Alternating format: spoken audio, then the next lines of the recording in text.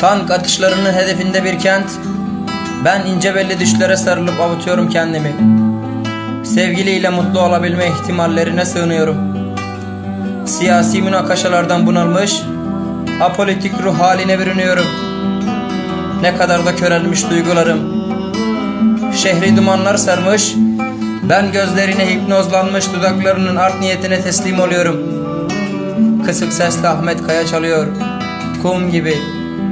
Hem o da sevişiyormuş zaten, şehirlere bombalar yağarken hem de. Haklısın, aynı şey değil. Acizliğimden şarkı sözlerini siper aldım. Ne politik çıkar ilişkisi bu, ne ideolojik ihanet girişimi değil mi? Ne kadar da masum anlattım. Sen şimdi kıyamaz hak verirsin.